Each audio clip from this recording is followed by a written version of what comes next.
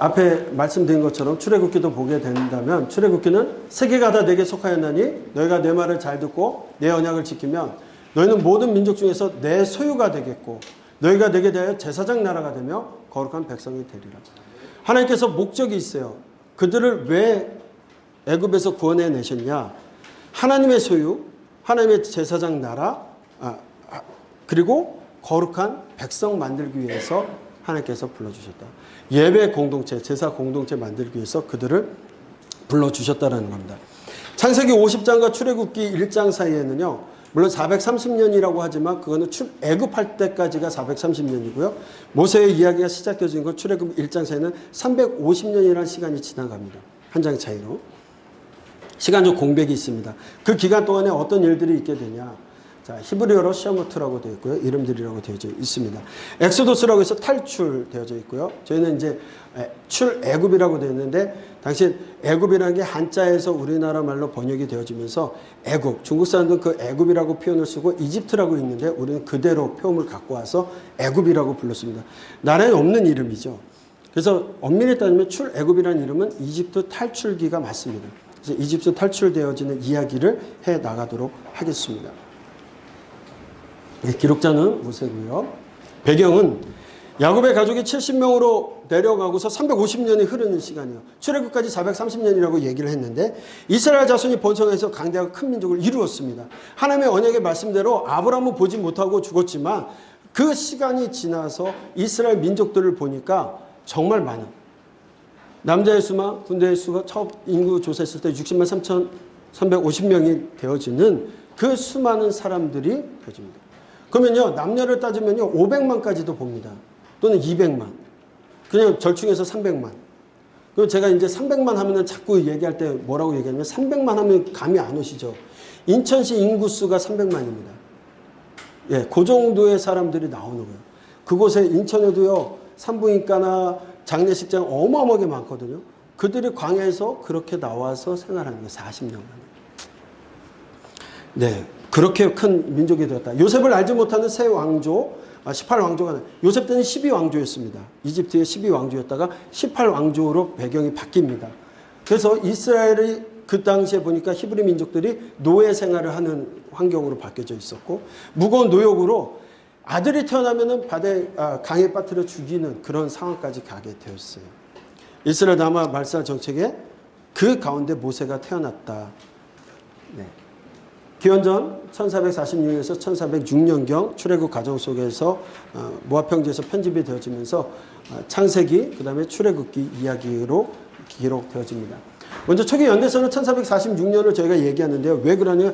열왕기 6장 1절에 솔로몬 성전 건축이 출애굽한 지 480년 후에 일어났다라고 하는 걸 봐서는 성전이 966년에 세워진 걸 봐서는 1446년경으로 저희가 연대를 잡는 겁니다. 또 후기 연대서를 주장하는 것들도 있는데요. 소개는 해놨습니다. 이집트는요. 수많은 시간들이 여러분들이 지나가면서 저희가 관계되어지는 시기는 이집트 12왕조 때 바로 아멘의 헤트 2세 때 요셉이 팔려갔고요. 그 다음에 요셉이 꿈을 해몽했던 거는 세누스레트 2세라고 하는 그 파라오일 때였고요. 그 다음에 세누스레트 3세 때 야곱이 이주하게 되어지는 그 사건으로 해서 요셉의 가족들, 야곱의 가족들이 다 이집트로 내려갔던 상황이었고요. 그 다음에 시대가 변해서 18왕조 때 모세가 트토모세 1세 때 모세가 출생을 하게 되고 출애굽은 아멘호텝 2세 때 출애굽하게 되어집니다. 실제 그런 역사 가운데 있어지겠고요. 특별히 여기 하셉스트 여왕이 모세를 갖다가 양육했던 양자 삼았던 여왕으로 보여집니다. 하셉스트 여왕 같은 경우는 자녀가 없었어요. 의미대로 따진다면 하셉스트 다음에 왕이 될 사람은 누구였어요? 모세가 될 가능성이 가장 높았습니다. 근데 모세의 그 사건이 40세에 왕의 모든 교육을 받고 그렇게 자랐지만 히브리 민족을 돕겠다고 살인하고 나서 쫓겨가게 되고 40년을 광야에서 말없이 살아가다가 80세 또 하나님의 사명을 받게 되고 120세까지 쓰임받게 되어지는 이야기들 이집트 왕조와 연결해서 좀 기억하셔도 좋을 것 같습니다. 자, 기록 목적이 있습니다. 여호와께서 하나님이심을 보여주셔요. 그 하나님이 누구시냐? 여호와 하나님이시라고 얘기하는데 스스로 계신 그 하나님이 창세기에서는 천지 만물을 창조하셨던 그 하나님이 출애굽 과정에서는 그들 이스라엘 백성들과 어떤 관계를 갖고 있는지, 왜 하나님께서 애굽에서 그들을 구원하셨는지에 대한 이야기를 하게 될 겁니다. 그래서 출애굽을 통한 이스라엘의 구원에 대한 이야기, 시내산에서 언약을 맺으시고 성막을 통한 예배 공동체를 세워가시는 이야기가 출애굽 과정 속에 나타나게 됩니다. 네. 먼저 출애굽기는 40장까지 되어져 있어요. 광야 생활 몇 년이죠? 40년. 그래서 40장입니다. 자, 이 40장은요, 크게 세 부분으로 되어져 있습니다. 세 부분인데, 첫 번째는 13장까지 애굽 탈출입니다. 외국에서는 13일의 금요일, 굉장히 13일이라는 숫자를 안 좋아하죠. 13일날 날 큰일이 생겼어요. 13장에 뭐가 있습니까? 유월절 사건을 통해서 출애굽하게 되어집니다. 그래서 광야 13장부터 18장까지는 시내산까지 가는 여정이에요. 이거 불경스러운 얘기입니다. 기억만 하시라고. 사람들이 힘들다 보니까 마음속에 뭐가 나요? 아니, 뭐 잘 쓰는 말 있잖아요. 예, 그래서 18장까지고요. 저는 얘기 안 했습니다. 19장은 시내산에 도착하여서 40장까지 시내산에서 언약을 받게 되는 이야기들입니다. 그래서 애굽 탈출, 광야에서 시내산 언약. 따라하겠습니다. 애굽 탈출, 광야에서 시내산 언약. 나중에 그것만 기억하시면 안 됩니다. 자, 애굽 탈출을 보게 될 텐데요. 이 장소가 애굽에서 이제 시내산으로 가는 광야 여정, 그리고 시내산에서 주어지는 일들로 출애굽 얘기가 되어질 겁니다.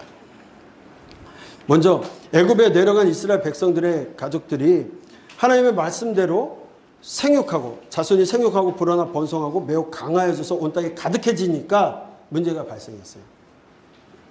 12왕조에서 18왕조 가운데는요, 왕조가 바뀌면서 나중에는 힉소스족들이 들어와가지고 왕조를 차지합니다. 근데 18왕조 때는 그 사람들을 다 몰아내고 왕조를 세웠거든요. 근데 보니까 힉소스족과 같이 물을 건너온 사람들이 있었어요. 그게 히브리 민족이었어요.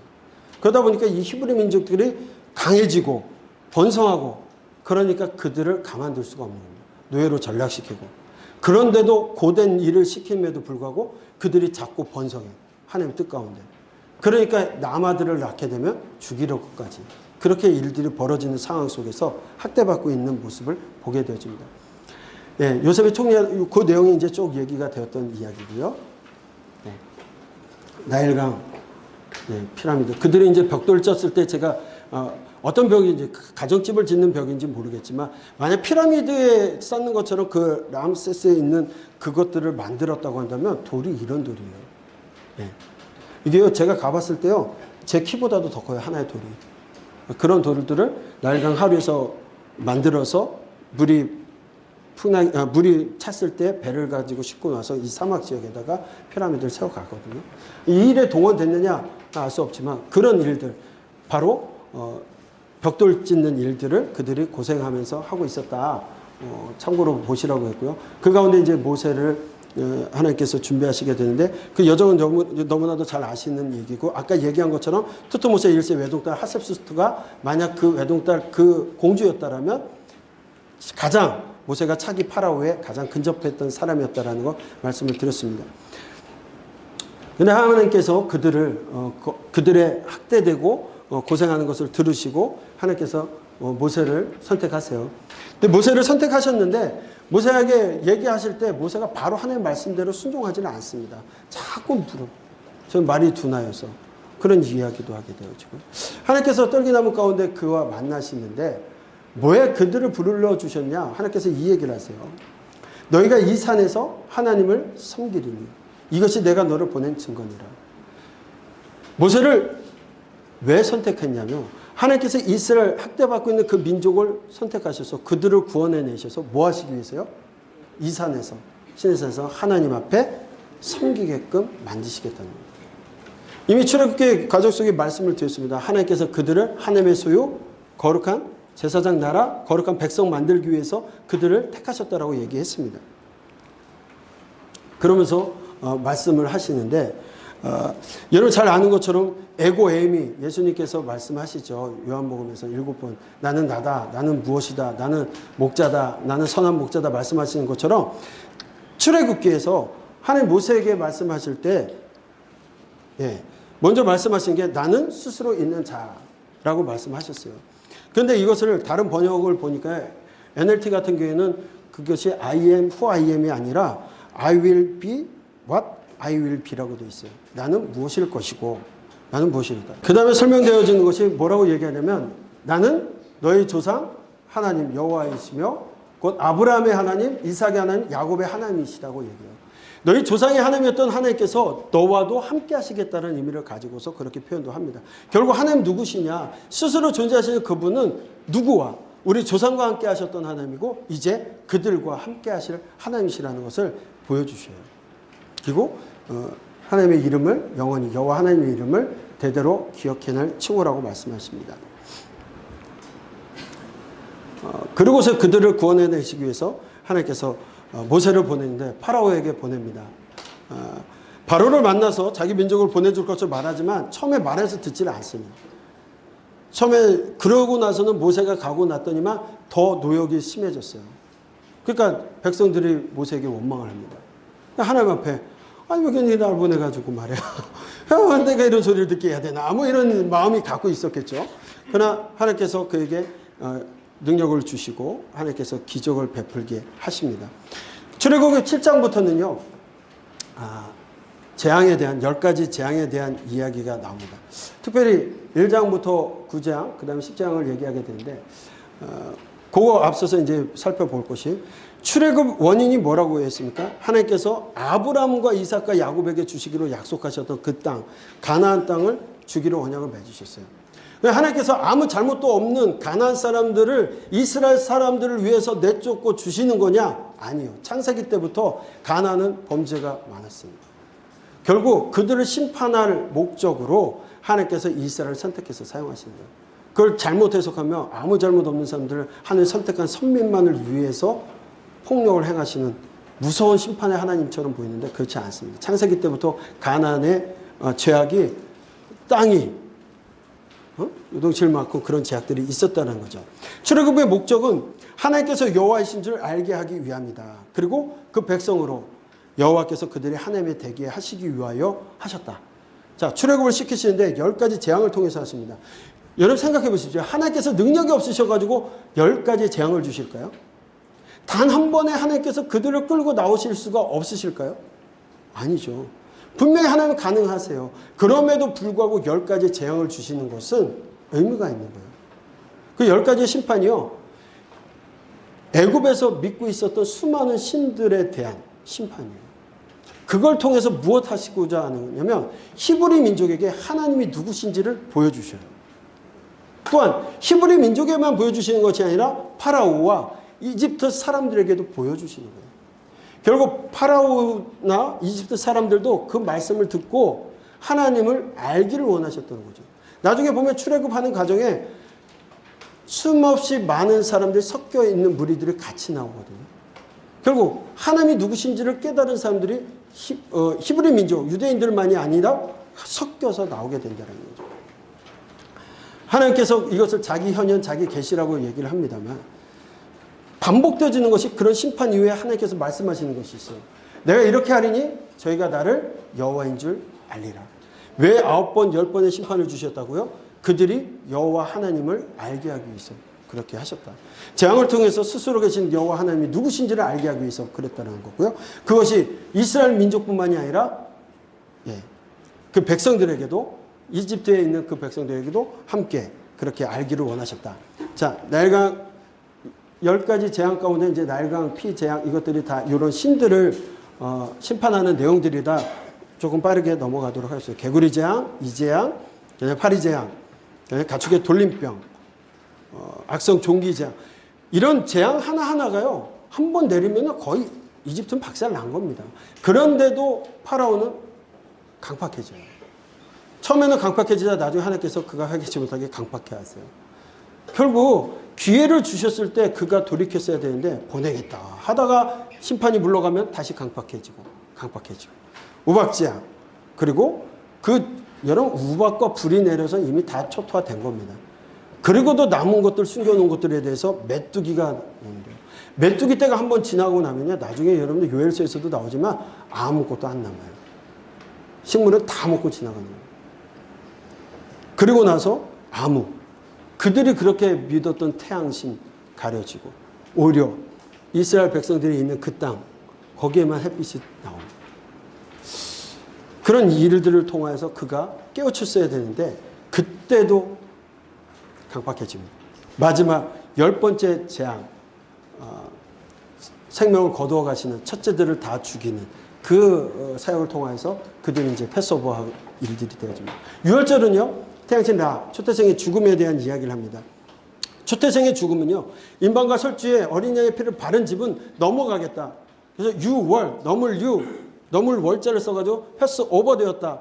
결국 죽음의 신들이 뛰어 넘어가는 이야기를 하게 됩니다. 그렇다면 여러분 한번 생각해 보세요. 이스라엘 민족만이 아니라 이집트에 있던 사람들이 그 얘기를 듣고 겁나서 집 인방과 설주에 피를 발랐으면 구원이 됐을까요? 안 됐을까요? 됐을 거예요. 이스라엘 민족이라 할지라도 나가지 말아야 되는데 무슨 일이 있나 하고 나가면 죽었겠죠. 하나님 말씀대로 행했을 때 그들이, 그리고 그것을 하나님을 믿었던 사람들이 같이 나오게 되어진다는. 자, 10가지 재앙은 애굽의 모든 신들을 징계하시는 것이고 하나님이 누구신지를 알려주시는 이야기였다라고 말씀드렸습니다. 그리하여 이제 드디어 유월절을 지내고서 그들이 고생만 많이 하던 고센 땅에서 이제는 나오게 되어집니다. 이게 굉장히 풍작을 이루는 좋은 랄강 하루의 땅이에요. 이름이 고센이라서 제가 고생하다 나온 땅이다 이렇게 생각을 합니다. 자, 출애굽 경로를 보시면요, 이거 다 알 수는 없지만 성경에 이렇게 되어 있습니다. 우리가 보게 되면 라암셋에서 출발 1월 14일 날 발행하여서 숫곳에서 60만 장정이 있고요. 에단 구름기둥으로 하나님 주시고요. 비아히롯에서 첫 원망을 하고 홍해를 건너고 스루강에서 3일 물 찾아 마라의 쓴물 얘기하게 되고요. 엘림에 와서 12중. 그러나 여기가 하나님께서 시기하셨지만 하나님이 약속하신 땅은 아니었죠. 신광야로 나오는데 이거 2월 15일 세 번째 원망하고 만나와 메추라기를 주셔요. 그리고 르비딤 사건이 있었고 시내 광야에 도착하는 3개월 만에 시내 광야에 도착하게 되는데 여기서는 이제 성경에 신광야라고 되어 있지만 시내산을 가는 그 광야를 진광야라고 합니다. 찐광야라고 하고 실제 저쪽 위로 올라갔을 때 신광야가 있어요. 같은 이름으로 신광야라고 쓰고 있지만 다른 지역이다라는 거 일단 지도 보면서 말씀을 드리겠습니다. 그래서 이 과정으로 출애굽 경로가 되어지는데 이걸 좀 쉽게 외우자 해서 라수게비야 홍수가 났어요. 홍수마엘 신이 넘쳐버려. 신르시 이렇게 지나왔어요. 예, 여러분들이 벌써 시내산까지 왔습니다. 자, 이제 시내산으로 오는 과정이 13장부터 나오게 되는데요. 여러분들 지도 통해서 이미 보셨어요. 해안길이 있고 족장길이 있고 그 다음에 계곡길이 있고 왕의대로가 있다. 그렇죠? 네. 그래서 처음에 나올 때 해안길을 통해서 바로 올라갈 수도 있지만 출애굽할 때 하나님께서 걱정을 하셔요. 이들이 바로 올라가게 되면 전쟁을 통해서 마음이 흩어질까 봐 다른 길, 새로운 길을 선택하셔서 오시게 되는데 그 길이 바로 이렇게 넘어오는 홍해를 건너서 오게 되고요. 요 지금 바람광야, 요 시내광야라고 하는 여기가 진광야고요. 신광야라고 되어 있지만 진광야고 이쪽이 신광야예요. 가데스바네에 있는 그 지역이. 그래서 그 길을 따라오게 된 이야기다. 그리고 전체 출애굽 여정 속에서는 나중에 또 한번 보시게 될 겁니다. 예. 강에서 하나님께서 지키셔요. 구름기둥과 불기둥 나오자마자 하나님께서 인도하세요. 그 지역이요, 정말 낮에는 덥고 밤에는 추운 곳이에요. 근데 낮에는 구름기둥으로 가려주시고 살만합니다. 밤에는 불기둥으로 인도해 주세요. 여러분, 광야 생활이 참으로 우리 인생이 어려울 때를 광야 생활이라고 하시는데요. 한번 잘 생각해 보세요. 광야 생활은 누가 지금 계속적으로 보여주세요? 하나님께서 구름기둥, 불기둥으로 인도해 주시고요. 그들이 애굽에서 나오면서 곡식들이 떨어지는 그 시점에 한 달이 지난 시점에서 만나와 메추라기를 주시기 시작하세요. 그 만나와 메추라기는 가나안에 들어갈 때까지 40년간을 주셔요. 그렇죠? 40년간을 먹어요. 이게 구약의 말씀을 믿지 않는 사람들이요. 하나님 믿지 않는 사람들도 이스라엘 민족들이요. 40년간 광야 생활했다라는 걸 인정해요. 근데 그 40년 동안 광야 생활하면서 무엇을 먹었는지에 대해서는 노코멘트예요. 이해가 안 되는 거죠. 하나님께서 내려주시는 만나 메추라기를 먹고 살았더니 그건 못 믿겠다라는 거예요. 하나님 믿지 않으니까. 믿음대로 가는 거죠. 자, 하나님께서 그렇게 주셔요. 그리고 40년 동안 신이 닳지 않을 정도로 보호하시네요. 오히려 가난에 들어가면 그때부터는 그들의 노력과 믿음으로 살아야 돼요. 오히려 광야 생활이 하나님과 동행하고 보여주시고 동거하는 정말 멋진 삶이에요. 그렇죠? 광야 생활 하시겠습니까? 그래도 젖과 꿀이 흐르는 땅으로 가고 싶으시죠? 광야에서 말의 쓴물, 만나 매출하게 주셨던 이야기 있고요. 르비딤 사건과 아말렉 전투가 있었던 이야기 잘 아시는 내용입니다. 르비딤 골짜기에서요, 이스라엘 백성들이 물이 없어서 불평하니까 모세가 다투었던 곳이라고 되어 있습니다. 여러분, 마라의 물에서 쓴물이어가지고 하나님께서 단물을 만들어 주셔서 먹었었잖아요. 그러면 르비딤에 와서 물이 없으면 하나님 앞에 하나님 물 주세요 하면 될 것을 모세와 다투어요. 르비딤. 여호와가 우리 중에 계신가 안 계신가 시험한다. 이런 거 싹 죽여도 되는데 하나님께서 아직 그들과 언약을 체결하기 전께는요, 그냥 용서하세요. 다 용서하시고 받아주시고 그렇게 하세요. 그런데 그 시점에 르비딤의 아말렉이 쳐들어오죠. 끝자락에서 계속 공격을 합니다. 그래서 여러분 잘 아시는 것처럼 모세가 이렇게 손을 들면 여호수아가 나가서 전쟁에서 이기고 떨어지면 지고 하니까 아론과 훌이 옆에서 받쳐줘가지고 승리케 되는 곳이, 그러나 하나님께서 그 마음을 아시고 아말렉을 대대로 싸우시겠다고 얘기하세요. 끝까지 싸웁니다. 그 이야기가 이제 나와지게 되는데, 여호와가 아말렉과 더불어 대대로 싸우시라고 얘기했는데 하나님께서 얼마나 그 마음이 속상하셨는지 대대로 싸우셔요. 그래서 사울에게 출애굽 과정 속에서 한 400여 년 지난 가운데 사울이 1050년에서 1010년까지 사울이 사역을 하는데 그 가운데 아말렉을 진멸하라고요. 진멸합니까? 안 해요. 자기 소견에 옳은 대로 행동해요. 사울도. 그러면서 핑계를 댑니다. 좋은 것을 하나님께 드리려고 진멸 안 했어. 그거 다 속보이는 얘기 아니겠습니까? 그런데 그 사건으로 진멸하지 못하고서 아말렉이 존재하게 되는 거죠. 나중에 모르드게와 하만 서로 싸울 때 에스더 이야기를 보면 아각 사람 하만이 누구냐면 아말렉의 후예예요. 결국 그때 진멸하지 못하니까 이스라엘 전체가 다 죽을 뻔한 일들이 생기게 되는 거죠. 하나님께서요, 기다리셔서 1000년 가까운 시간을 심판하세요. 우리 하나님, 이런 속된 말을 쓰긴 뭐하지만 하나님의 뒤끝은 끝이 없으세요. 그러나 하나님이 사랑하시는 자에게는 천대의 복을 주십니다. 그렇죠?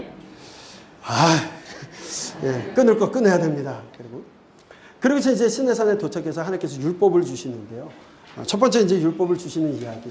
이 시내산입니다. 철강서울은 벌건 산이요. 예, 제가 여기서 죽을 뻔했었습니다. 살아있으니까 다행이죠. 자, 하나님께서 여기서 뭐라고 얘기를 하시냐면, 세계가 다 내게 속하였나니 너희가 내 말을 잘 듣고 내 언약을 지키면 너희도 모든 민족 중에 내 소유가 되겠고 너희가 내게 대해 제사장 나라가 되며 거룩한 백성이 될 것이다. 제사장 나라가 된다는 건 뭐예요? 이스라엘 민족만을 사랑하셔서 하나님 이스라엘만을 구원하시겠다는 게 아니죠. 제사장 나라, 제사장이 있으면 제사 드리는 사람들이 있어야 돼요. 그 제사 드리는 사람들이 누구예요? 이스라엘을 보고 열국이 하나님께 나오기를 바라시는 거예요. 하나님 이스라엘을 선택하시지만 이스라엘 한 사람만을 선택하는 게 아니에요. 아브라함을 선택하셨을 때, 아브라함에게 복을 주실 때 아브라함을 통하여 열방이 복을 받기를 원하셨던 그 마음이 이스라엘을 선택하여서 열국이 구원되기를 바라셨다는 거예요. 그런데 이스라엘 백성들은 선민 사상만 가지고 자기들은 그런 삶을 살지 않아요. 하나님의 마음을 모르는 거죠. 그리고 대대로 자손들에게 전하라고 하는데 그런 모습들을 보게 됩니다. 출애굽 19장에서 이스라엘 부르신 하나님의 계획이 잘 나타나 있습니다. 하나님 나라를 세우는 일이었어요. 그 나라는 예배 공동체였습니다. 하나님께서는 모세를 통하여 바로에게 출애굽할 이유를 분명히 얘기했을 때 뭐라고 얘기했습니까? 이 백성이 그 산에 가서 예배할 것이다. 제사 백성 만들려고 하시는 겁니다. 하나님의 성막을 짓고 성막을 통해서 하나님을 섬기는 일과 예배하는 일 배우고 규칙들을 배워가는 일들이 그 시내산에서 예배 공동체에게 주어진 말씀들이었습니다. 하나님께서 10가지 말씀의 계명을 주십니다. 10계명이라고 하는데요. 엄밀히 따지면 이거 10계명은요. 계명이 아니고 10가지의 말씀이라는 단어를 사용하고 있습니다. 물론 이 10계명이 확대되어 나머지 613가지 율법들이 10계명에 들어가는 내용들로 채워지긴 하지만 엄밀히 따진다면 10가지 말씀이라는 단어가 더 정확한 표현입니다. 왜냐하면 아세레트 하드바림이라고 해서 그렇게 기록이 되어져 있어요. 만약에 율법 10계명이라고 표현을 한다면 하미츠보트라고 아세레트 하미츠보트라고 해야 되는 것이 맞습니다. 뭐 큰 의미가 있냐? 아니 10가지 계명보다는 10가지 말씀. 하나님 계명과 말씀과 율법은 다 어떻게 해야 되는 거예요? 지켜야 되는 거죠. 어떤 거 하나 수정하지 않은 것이 없는데 우리가 계명이라고 할 때는 딱 이렇게 613가지로 이렇게 표현들을 하다 보니까 그렇게 구분을 짓는다라면 10가지 말씀 이렇게 보시는 게 좋을 것 같고요. 율법은요. 율법 전체를 지켜야 될 의무가 있습니다. 하나를 범하면 모두 범하는 자가 되고요. 부지 중에 범하여도 허물이 된다라고 얘기되었는데 율법을 주신 목적은요. 결국 율법을 통해서도 하나님께서 의롭게 여기심을 받을 수 있는 겁니다. 그러나 율법은 우리가 죄인임을 깨닫게 하는 것과 하나님의 거룩하심 앞에서 제된 우리의 모습을 보게 하는 것이 율법이다. 근데 많은 사람들이 이스라엘 백성들이 율법의 행위로서 하나님 앞에 나갔다는 거예요.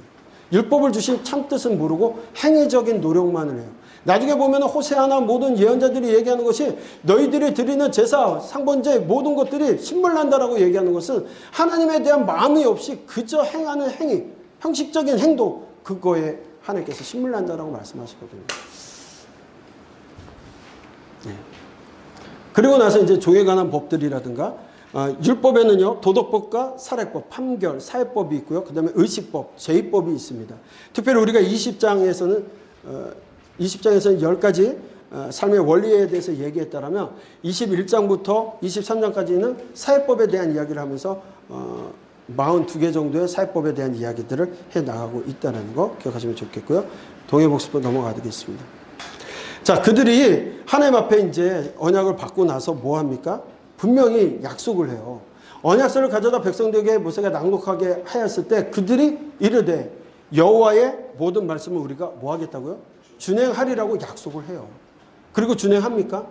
하지 못해요. 분명히 약속했어요. 이제 언약이 체결되고 나서 이후에 하나님께서 그들이 언약을 지키지 못할 때 심판하세요. 이제 언약이 체결되었기 때문에. 네. 그리고 하나님께서 십계명을 통하여서 말씀을 먼저 주시고 성막 제도를 주시는데요. 하나님께서 그곳에 거하시기 위해서 이스라엘 백성들과 함께하기 위해서 성막을 지라고 말씀하세요. 보시게 되면 이게 증거계입니다. 증거계는요. 길이가 가로 2규빗 반, 세로 1규빗 반, 높이 1규빗 반이에요. 우리가 얘기할 때 이 규빗이라는 게 성인 남자의 팔꿈치부터 이 중지 손가락까지의 길이를 얘기하는데 제가 47.5cm더라고요. 재보니까. 그러니까 키로 보면 45cm에서 50cm를 기준으로 봅니다. 그러면 45cm를 잡는다 하더라도 아니면 45.5 뭐 이렇게 잡는다 했을 때 여러분 언약궤의 크기가 어느 정도냐면요. 112cm, 67, 67이에요. 그러니까 이 교탑보다 조금 더 큰 여기에 하나님께서 거하시겠대요. 속죄소로. 시언자로. 하나님이 누구신데요? 창세기에 하나님이 천지 만물을 창조하신 분이신데 그 하나님께서 거하실 곳은 지성소는 6평에서 7평밖에 되지 않는 그곳에 언약궤를 놓으시고 그 언약궤 두 천사의 그룹 사이에 시언자라고 하는 그 자리에 하나님께서 거하시겠다는, 그리고 백성들의 제사를 받으시고 용서하시겠다는, 함께 하시겠다는. 지금 누가 거하시는 곳이에요? 우주 만물의 창조주께서 인간을 사랑하시고 그들과 함께하기 위해서 그 인간의 손에, 하나님께서 주신 거지만 인간의 손에 의해서 만들어진 그곳에 임재하시겠다는 얘기를 합니다. 이보다 놀라운 사건이 어디 있겠습니까? 네. 두 번째는요, 진설병상인데요. 진설병은 가로 2규빗, 세로 1규빗, 높이 1규빗 반으로 되어지는데 조각목은 조각난 나무가 아니라고 했죠. 시띠나무. 그 강에서 가장 잘 찾을 수 있는 나무가 시띠나무인데 그 나무에다가 그걸로 만들고 금으로 옷 입혔습니다. 진설병상은요, 여러분들 이게 6개씩 두 줄로 올라가는데 이 양이 어느 정도냐면요. 5분의 1 에바씩 이렇게 들어가면 12개면요. 84리터 정도 됩니다. 그 많은 그릇에 떡을 올려드려야 되고요. 굉장한 대출이고요. 성소의 널판 이야기고요. 성막은 이렇게 지어졌을 때 보게 되니까요. 50규빗, 그 다음에 100규빗 정도고 높이는 5규빗으로 해가지고 지어지게 되는데 이 성막이 전체적으로 보면 한 306평에서 378평, 45, 50으로 잡았을 때 그 크기입니다. 300평 정도의 규모의 하나님께서 그들과 함께하는 신혼방을 차리신 거예요. 성막을 중심으로. 그리고 지성소에 하나님 거하시겠다고 약속하시죠. 성소는요, 4개의 덮개로 덮여져 있는데 여러분들 이 모습을요, 아무래도 지금 같은 경우에는 사진을 찍어주거나 아니면은 미리 컴퓨터로 찍어보거나 아니면 시방서를 주면은 이렇게 만들어지겠지만, 당시에 모세에게 먼저 말씀을 하세요. 말씀하시고 그대로 진행하게 됐는데, 이 말씀을 주실 때 어떻게 보여주셨을까? 저는 아무래도 하나님께서 보여주셨을 거라는 생각이 들어요. 이렇게 만들어라. 다. 그러지 않았을까요? 그때 다 적으면서 나오진 않을 거예요. 왜냐하면 모세가 두 돌판만 갖고 내려오거든요. 암기력이 너무 좋아서 이것을 다 기억했을까? 보여주시는 대로 하나님께서 만들게 하셨다라는 거죠. 예. 그러다 보니까 일일이 청색, 자색, 홍색, 간이게 꼼, 배실을 어떻게 해라. 우리가 생소하지만 그런 이야기들을 해서 짓습니다. 성소는요, 들어가시면서 등대가 있고요. 예, 그 다음에 진설병상 있고 분향단 있고 이 안쪽이 지성소입니다. 성소는 30규빗, 10규빗이면 요 작은 지성소는 더 작게 되어져 있어서 6평에서 7평밖에 되지 않는다라고 말씀을 드렸습니다. 그 다음에 그곳에 떡상과 향단과 법기가 속해져 있고요. 요것은 이제 제단이고 번제단입니다. 번제단. 그래서 바깥에 있는 번제단은 나중에는 이 사람들이 노수로 만들어가지고 뿔을 했는데 요 뿔을 잡는 것을 갖다가 잘 아시는 것처럼 이 번제단이라는 게 동물을 학살하여 죽인다라는 뜻을 갖고 있는데 이것이 나중에는 솔로몬 이후에 아도니아를 살릴 때 보면은 뭐라고 해야 되죠? 구원의 뿔처럼 얘기를 합니다. 그 구원의 뿔이라고 시편에 얘기하는 것이 이 번제단의 뿔을 상징한다라고 얘기도 합니다. 자, 제사장의 옷은 이렇게 되어져 있습니다. 겉옷서부터 입는데 여러분들 제사장에 들어갈 때 어떤 옷 입는다 그 얘기 했었잖아요. 평상시 복이 이거고요. 속죄일 날은 이 겉옷을 다 벗고 이 안에 있는 세마포 옷만 입고 들어가기 때문에 방울 소리가 나는데 이거는 아니고요. 방울 소리는 언제 나냐면 제사장 복직을 다 입고서 걸어 다닐 때 딸랑딸랑 소리가 나면서 거룩을 유지할 때 사용되어지는 거고, 속죄일날, 대속죄일날은 그것을 벗고서 사용을 하기 때문에 딸랑딸랑 소리가 나거나 뭐 허리에 무엇을 묶고 들어가서 죽었는지 살았는지 해서 끌어낸다 이런 얘기는 없어요.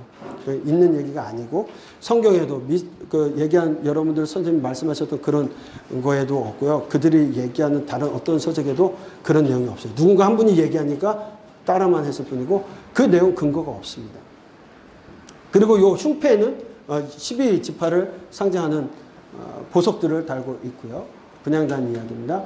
물두멍은 여기서 손을 씻고 하게 되는데 이 사람들은 이 물이 많다라는 표현을 높바다, 바다라는 표현을 많이 써요. 그래서 높바다라는 표현도 쓰고 여기 갈릴리 호수라고도 쓰고 갈릴리 바다라고 하는 건 물이 많다 해서 바다라는 표현을 쓰기도 한다라는 거. 자, 그 가운데 성막 제도를 주시고 이제 보고 있는데 그때 무슨 일이 생기냐면 금송아지 사건이 일어나요. 이건 잘 아시는 얘기입니다. 여러분들 금송아지는 뭐예요? 우상이죠. 우상을 만들었다고 되어져 있지만 우리는 성경을 이제 다 보고 있으니까 이거 우상을 만들었다라고 얘기하지만 성경을 엄밀히 보십시오. 뭐라고 되어 있나? 그들은 우상을 만들지 않았어요. 모세가 올라가서 40죄를 거기 있다 보니까 내려오질 않는 거예요. 그러니까 어떻게 됩니까? 이 사람들이 아론에게 와가지고는 야, 우리를 이끌어낸 신을 만들어 달라고. 애굽에서 우리를 이끌어낸 신을, 보이는 신을 만들어 달라니까 아론이요, 그 사람들의 성정을 알았는지 겁이 났는지 그래? 그러면 어떡하지? 안 된다고 하지를 못하고요. 그냥 그들에게 야, 금부치 가져와. 애굽에서 나올 때 뺏어온 금부치 가져와. 그리고선 뭐 합니까? 황금 송아지를 만들어요. 그 황금 송아지가 어떤 송아지? 그들의 다신이 애굽에서 신으로 모셨던 우상 중에 하나죠. 그런데 그들은 우상이라고 만든 게 아니에요. 그곳에서 우리를 애굽에서 이끌어낸 신이라고 여기고 거기서 춤추고 먹고 놀았다는 게 예배했다라는 거예요. 그들은 보이는 하나님이라고 만들었는데 하나님께서 노하셨어요. 예. 얼마나 화가 나셨는지 모세 너로부터 다시 시작하겠다. 저것도 다 전멸시키고 진멸하고 너로부터 다시. 모세가 생명을 건 기도를 합니다. 그리고 내려오다 보니까 모세가 화가 났어요. 아니 아론 가장 큰 범죄를 저질렀죠. 그런데 아론이 대제사장이 됩니다.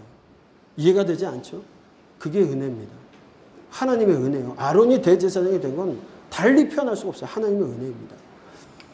이스라엘 사람들이 금송아지를 정말 하나님이라고 믿었기 때문에 그렇게 드렸던 이유고요. 그들의 세계관 속에는 다신교적인 세계관을 갖고 있었기 때문이에요. 그들은요, 바벨론 포로로 끌려갈 때까지 어땠다고요? 늘 계속적으로 그런 생각들을 갖고 있었어요. 하나님께서 같이 안 가시겠대요. 어떤 마음을 가지시냐면 내가 너희들은 가나안까지 이끌어 갈 텐데 천사를 통해서 이끌어 갈 텐데 나는 가지 않겠다. 모세가 하나님 앞에 생명과 기도를 합니다. 모세를 보시고 하나님 마음을 돌리세요. 너를 시기하기 위해서 내가 같이 가시겠다. 예. 금송아지 사건을 통해서 하나님의 가슴 아픔과 그 하나님의 눈물 어린 그 마음이 철저히 써 있어요. 근데 우리는 그냥 우상 숭배한 걸로만 끝내고 넘어가는데 그렇지 않습니다. 네, 요거는 좀 넘어가겠고요. 하나님께서 그런 마음으로 모세와 함께 가시고요. 성막 제도에 대해서 주셨고 금송아지 사건으로 인해서 돌판이 깨어지고 다시 한번 하나님께서 그 돌판을 주시게 되어지고 그때는 이제 돌을 깎아서 오게 하고 거기다 말씀을 주세요. 그리고 나서 성막 제작대로 봉헌하여서 드렸다. 이것으로서 출애굽기가 마쳐지게 되는데요. 성막 봉헌할 때 건축비가 들어진 내용들이 이만큼의 이야기들, 그들이 바친 것들로 드려졌다라는 이야기가 되어지고요. 성막이 완성되었을 때에 하나님의 영광이 성막에 충만히 임하셨다라는 거예요. 불기름과 구름기둥으로 임하셨던 그 하나님의 영광이 성막 가운데 이제는 하나님의 지성소를 통하여서 그들을 만나주시고 그들을 용서해 주시겠다라는 이야기가 출애굽기에 마무리되어지는 이야기입니다. 이제 그렇게 하나님을 만날 수 있는 방법이 무엇이냐? 레위기에서 이야기가 되어질 겁니다. 출애굽기 마치면서 마무리합니다. 출애굽기는 이스라엘 백성들이 하나님과 언약을 맺고 언약의 말씀을 받기까지의 과정을 기록하고 있습니다. 당시 최강국이었던 애굽에서 구원하여 주시고 그들을 광야에서 하나님께서 아낌없이 광야 강에서 먹이시고 돌보시고 그들을 어떻게 이끌어 가셔서 율법의 말씀을 주시고 성막을 제작하고 하나님과 함께 할 수 있게 하였는지를 출애굽기를 통해서 보여주고 있습니다.